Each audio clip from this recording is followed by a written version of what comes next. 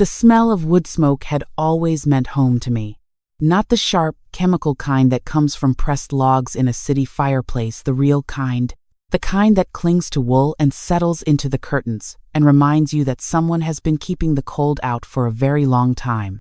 I stood at the kitchen window that Tuesday morning with my coffee going cold in my hands, watching the smoke curl up from the chimney of the old barn my husband had re-roofed the summer before he got sick, and I thought, this is mine, every splinter of it, every frozen mud rut in the driveway, every loose stone in the wall along the east pasture that I kept meaning to fix and never did.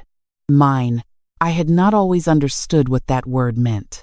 When you are young and in love, and building something with another person, ownership feels like a shared thing, soft at the edges, blurred by affection. But when you are 64 years old, and you have buried your husband and raised your children and paid every bill that came through that door for the last 11 years alone, you understand ownership differently. You understand it the way you understand cold. Not as an idea, as a physical fact. My name is Dorothy. I live on 12 acres outside of Montpelier, Vermont, in a white farmhouse with green shutters that my husband Gerald and I bought in 1987 for less than what a new pickup truck costs today. We put 30 years of work into that property. Gerald built the stone wall along the road with his own hands. One summer over 3 weekends, while I brought him lemonade and our daughter ran through the sprinkler on the lawn, I planted the apple orchard along the south fence. I refinished every floor in that house on my knees with a rented sander while Gerald was traveling for work. We were not rich people. We were careful people. And careful people, over time, build something real. Gerald passed in the spring of 2013. Pancreatic cancer. 6 weeks from diagnosis to the end, fast enough that we never had time to be afraid for very long, which I have come to think was a mercy. He left me the house, the land, and a life insurance policy that was modest but enough. If I was sensible, I was sensible. I kept the property taxes paid. I kept the roof maintained. I let the backfield to a neighboring farmer for hay, which brought in enough to cover the heating oil every winter. I had my pension from 22 years working in hospital administration at Central Vermont Medical Center. I was not wealthy, but I was stable. I was secure. I had 2 children. My son, Patrick, lived in Portland, Oregon, with his wife and 2 boys. We spoke on Sundays. He sent cards on my birthday and called on Christmas and was, in every practical way, a good son who lived far away and had his own life. I did not expect more than that. I understood distance. My daughter, Renee, was different. Renee had always been the one who stayed close. She grew up 10 minutes from the house, married a man named Craig who sold commercial real estate. And for the first decade of their marriage, things seemed fine. They had a daughter, my granddaughter Lily, who was the light of my life, and the reason I kept the spare bedroom stocked with the kind of cereal her mother would never buy her at home. Renee and I had lunch together most weeks. We were close in the way that mothers and daughters who live near each other and actually like each other can be close, not without friction, but with genuine warmth underneath it. I want to be clear about that. I loved my daughter. I love her still. What happened between us did not change that. Love and disappointment can live in the same house. I know that now better than I ever wanted to. The trouble with Craig started slowly, the way trouble usually does. He had always been confident, the kind of man who fills a room with his certainty, who has an opinion on everything and delivers it without invitation. I had never entirely trusted that quality in him, but Renee loved him, and so I kept my reservations to myself and passed the rolls at Thanksgiving and said nothing. Gerald had liked him well enough. That had been enough for me. But after Gerald died, without my husband as a kind of social buffer between us, I began to see Craig more clearly. He was a man who had spent his whole adult life believing that the next deal was the one that would change everything. He had made money, lost it, made it again. He drove cars that were too expensive and took vacations I knew they couldn't afford and spoke about investments, the way some men speak about hunting with a hunger that had nothing to do with need. In 2019, Craig left commercial real estate to start his own development company. He called it Meridian Property Group. He told Renee it was going to be transformative. He told her they would be set for life. He borrowed heavily to acquire 2 parcels of land in New Hampshire that he intended to develop into luxury short-term rental properties. Then came 2020. And everything stopped. The rentals never opened. The loans did not pause. By the time Craig had finished restructuring and negotiating and trying every angle he knew how to try, Meridian Property Group had debts of just over $300,000 with 3 different creditors, and the 2 New Hampshire parcels were worth less than what was owed on them. Craig filed for business bankruptcy in early 2021. What I did not know, what Renee did not fully understand herself, or so she told me later, was that Craig had, in a moment of either desperation or delusion, used their jointly held personal assets as collateral on one of the secondary loans. Their savings were gone. Their investment accounts were gone. The equity in their house was nearly gone. Renee called me on a Wednesday evening in March. She sounded tired in a way I hadn't heard in her voice since the newborn months with Lily. She said Craig wanted to talk to us both. She asked if she could bring him over Saturday morning. I said yes. I made coffee cake. I set out the good mugs. I had raised my daughter in that kitchen, and I wanted her to feel at home in it, even when something difficult was coming. I had lived long enough to know that difficult things come regardless of whether you have prepared the kitchen for them. Craig sat across from me at the table I had owned for 30 years, and he explained the situation in the tone of a man presenting a reasonable business proposal. He was not unkind. He was not loud. That was almost the worst part of it. He spoke about debt restructuring and asset liquidation and the importance of keeping the family financially stable. He said that Renee's financial exposure was significant. He said that creditors were beginning to look at what options existed beyond the business assets. Then he said, the farmhouse was worth, conservatively, $450,000 in the current market. If I were willing to sell and split the proceeds, or alternatively, take out a reverse mortgage and direct the funds appropriately, it would resolve the situation entirely. I sat with my hands around my coffee mug. I looked at my daughter, who was looking at the table. I said, and where would I live? Craig said there were options: a smaller place, an apartment. He mentioned, carefully, that some assisted living communities were actually quite lovely and very affordable relative to the cost of maintaining a property of this size. He said this in the voice of someone delivering good news. Something very quiet happened inside me then. Not anger, not yet. Something colder than anger. The kind of clarity that comes when you finally see a thing for exactly what it is. I looked at Renee, my daughter, who had learned to ride a bicycle on the driveway outside this window. My daughter, whose name I had called out across this yard for 30 years. She was still looking at the table. I said, I see. Let me think about it. Craig nodded, satisfied. Renee finally looked up, and I saw in her eyes something complicated relief that the conversation was over, and underneath it, something that looked like it might have been shame if she had let herself feel it fully. They left an hour later. I stood at the kitchen window and watched their car back down the driveway and turn onto the road. I washed the coffee mugs. I put the leftover coffee cake in a container in the refrigerator. I fed the 2 cats. I moved through the motions of a normal Saturday afternoon. And then I sat down at the kitchen table with a notepad and I started to think. I had not survived 30 years of hospital administration, 11 years of widowhood, and 64 Vermont winters by being naive. I understood, with a precision that Craig had perhaps not anticipated, exactly what he was asking me to do. He was asking me to sacrifice the only genuine security I had, the one asset that Gerald and I had built together, the one thing that would ensure I was never dependent on anyone else's goodwill for the rest of my life in order to solve a problem that he had created. He was asking me to give up my home so that he could pay his debts. And my daughter had sat at my table and said nothing. I did not call Renee that weekend. I did not call Patrick, either, not yet. I needed to think clearly, and I had learned over the years that thinking clearly is a solitary activity. You cannot do it in the middle of other people's emotions. On Monday morning, I called my attorney. Her name was Frances Whitmore, and she had handled Gerald's estate and the property refinancing in 2015, and every legal matter I had needed addressed since then. She was 71 years old, sharp as a January morning, and the kind of woman who had heard everything and was surprised by nothing. I told her what Craig had proposed.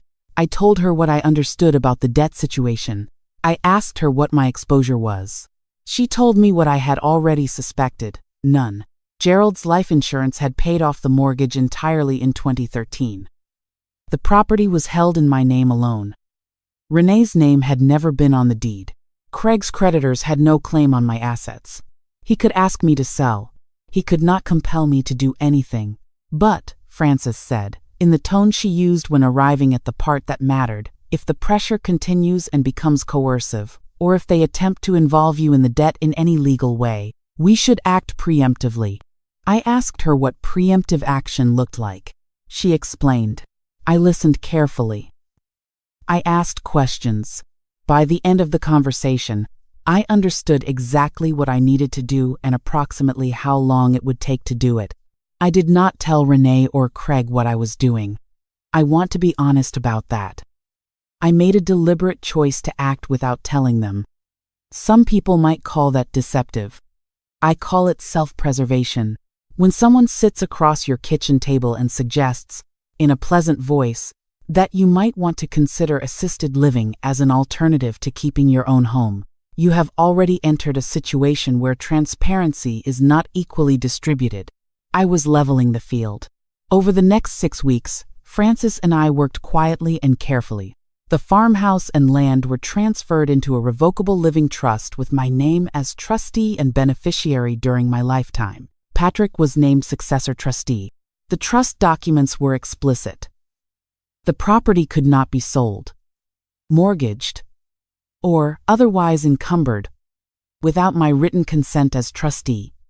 And upon my death, it would pass directly to my grandchildren in equal shares, bypassing Renee and Craig entirely. I am not ashamed to say that. Lily would inherit her share when she turned 25. Patrick's boys would inherit theirs at the same age. It was clean and clear and fair in the way that I understood fairness. I also moved 6 months of living expenses into a separate account that was not connected to any financial institution Craig would have access to information about. I did this quietly. I told no one. While all of this was happening, Craig called twice. He was patient, persistent, reasonable, sounding the voice of a man who believed he was managing a process. He spoke about timelines and creditor pressure and the importance of family coming together in difficult moments. I listened politely. I said I was still thinking. I did not tell him that I had already finished thinking. Renee texted me 3 times in that period. Twice to ask how I was doing. Once to say she hoped we could talk soon. I replied to all 3. I kept my responses warm. I asked about Lily's soccer season. I did not mention Craig's phone calls or the trust or Frances or any of it. I am not naturally a secretive person. I want to be clear about that too. But I have known women, good women, sensible women who spoke too soon and lost everything because they did so. Silence, used carefully, is not the same thing as dishonesty.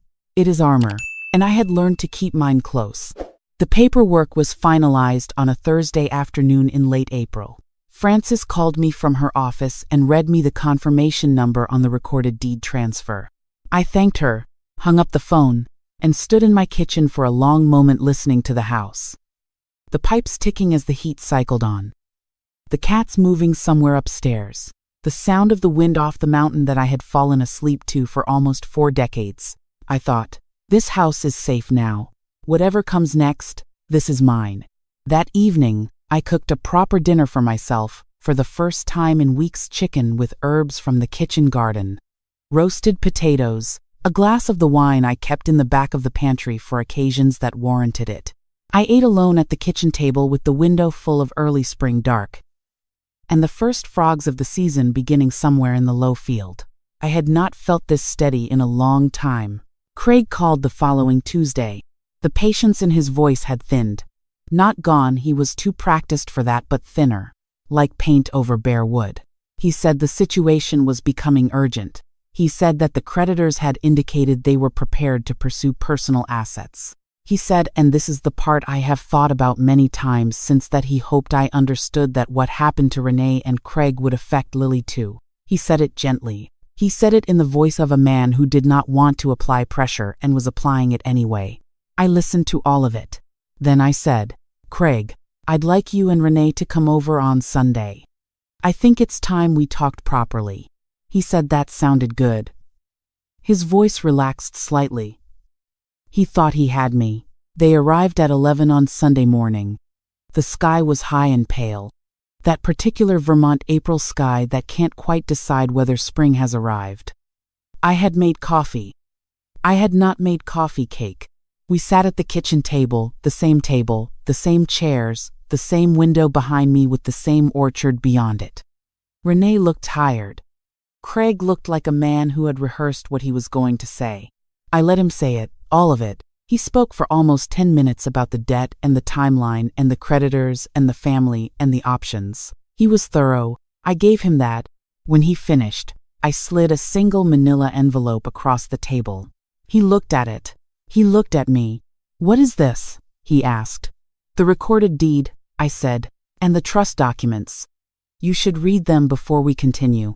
There was a pause, one of those pauses that has a texture to it, a particular quality of held breath. Craig opened the envelope. I watched his face as he read. The rehearsed confidence went first, like a window shutter coming loose in wind. Then came the searching, his eyes moving quickly across the page, looking for the thing that would change what he was reading, the clause or the error or the condition that would make this mean something different. There was nothing to find. Francis had been very thorough. He set the papers down. You transferred the deed, he said. He said it the way you say something that you are having difficulty making real. 6 weeks ago, I said. The property is held in trust. It cannot be sold, or mortgaged, or used as collateral for any debt. Not yours, not mine, not anyone else's. Not while I am alive, and not when I am gone. I paused. Lily and her cousins will inherit it when they're grown. That was always what Gerald and I intended. Renee had picked up the papers. She was reading slowly, her face very still. You can't do this, Craig said. His voice had changed entirely now. The pleasantness was gone. What was underneath it was smaller and harder. This is a fraudulent transfer. If you did this specifically to avoid what? I said. I had no obligation to you. No debt. No liability. No legal connection to Meridian Property Group, or to any of your creditors. I transferred my own property, which I own outright, into a trust. Francis has documentation going back to the day we began, establishing that this was done as part of standard estate planning. I looked at him steadily. You are welcome to consult your own attorney. He was quiet for a long moment. I thought you were thinking about it, he said, finally. I thought you were considering the family. I said. I was thinking about the family the whole time. About Lily. About what I want to leave her. That's what I was doing. Renee put the papers down on the table. She pressed her fingertips against them for a moment, as though she was feeling for something. Then she looked at me, and I saw in her face a complicated tangle of things, frustration, and something that was not quite grief, but was near it. And underneath all of it, something else. Something that looked almost like recognition. She did not say anything for a long time. Craig pushed back from the table. He was going to be angry. I understood, and then he was going to regroup, and then he was going to find another approach because that was what Craig did. But he had nothing to find here. I had closed every door before he had thought to look for them. He stood, and he said some things. I will not repeat them. None of them changed anything. Renee stood too. She looked at me once more, before they left a long look, difficult to read, that I have turned over in my mind many times in the months since. She did not apologize that day. She did not need to, and I did not need to hear it. We both understood what had happened between us, and we both understood that it would take time to live past it. They drove away down the driveway. I stood at the kitchen window. I cannot tell you I felt triumphant. That is not the right word, and I don't want to use the wrong one. What I felt was something quieter and more complete than triumph. I felt the specific satisfaction of a person who has protected what matters. I felt the solidity of the ground under my feet, not metaphorically, but literally, the old pine boards of the kitchen floor, the stones of the foundation underneath them, the Vermont soil underneath those, the roots of 30 years of one family's life all the way down. I poured myself a cup of coffee, and I took it out to the porch. The apple orchard was beginning to bud. Pale and tentative, the way things begin in April up here, not committing until they're sure the frost is really done. I had planted those trees in my late 30s, with young children underfoot and my husband holding the post-hole digger, and now they were old enough to have character gnarled in places. Generous every fall, holding their ground. I thought about Gerald. I thought about what he would have made of all this. He had been a quiet man, methodical, not given to drama. He would have approved of Frances. He would have approved of the trust. He would have had, I think, some compassion for Renee, caught between her loyalty to her mother and her loyalty to a husband who had made a terrible mess and expected others to clean it up. He always had more patience for human failing than I did. I was working on it. I called Patrick that evening. I told him everything from Craig's first proposal at the kitchen table to the trust to the Sunday morning meeting. He listened without interrupting, which was a quality I had always admired in him. When I finished, he was quiet for a moment. Then he said, "Mom, are you okay?" And I found, unexpectedly, that my eyes were full. Not from sadness. Exactly. More from the accumulated weight of the last 6 weeks, the secrecy and the carefulness and the constant steadiness I had required of myself, the long discipline of keeping my own counsel, when what I had really wanted was to call someone and say, "I am frightened, and I am angry, and I love my daughter, and I don't know how to do this." I told Patrick, I really am. He flew out in June. He brought his older son, who was 12 and good with his hands, and spent 3 days helping me finally fix the stone wall along the east pasture. We worked in the cool mornings and ate lunch on the porch and talked about everything and nothing the way you can with someone you trust completely. In the evenings, I cooked and we sat at the kitchen table, and the house felt, for the first time in a long while, like it was full of the right things. The wall looks beautiful now. Gerald would have been pleased. Renee and I have been finding our way back to each other slowly and carefully, the way you navigate something you care about not breaking. She called me in August, without Craig, and we talked for almost 2 hours. She cried. I did not, which surprised me. We did not resolve everything. Some things do not resolve. They just become something you carry more easily over time. But she came for Thanksgiving. She brought Lily. We baked the apple pie from the orchard apples together, the way we have done every November since Lily was old enough to hold a peeler.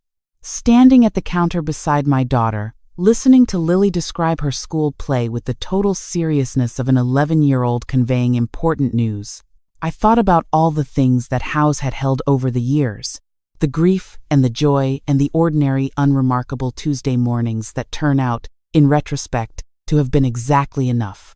I thought about what I had protected. Not just the property, the deed, and the trust, and the $450,000 in Vermont real estate. All of that matters, and I will not pretend otherwise. But beyond that, I had protected something harder to name, the continuity of the thing.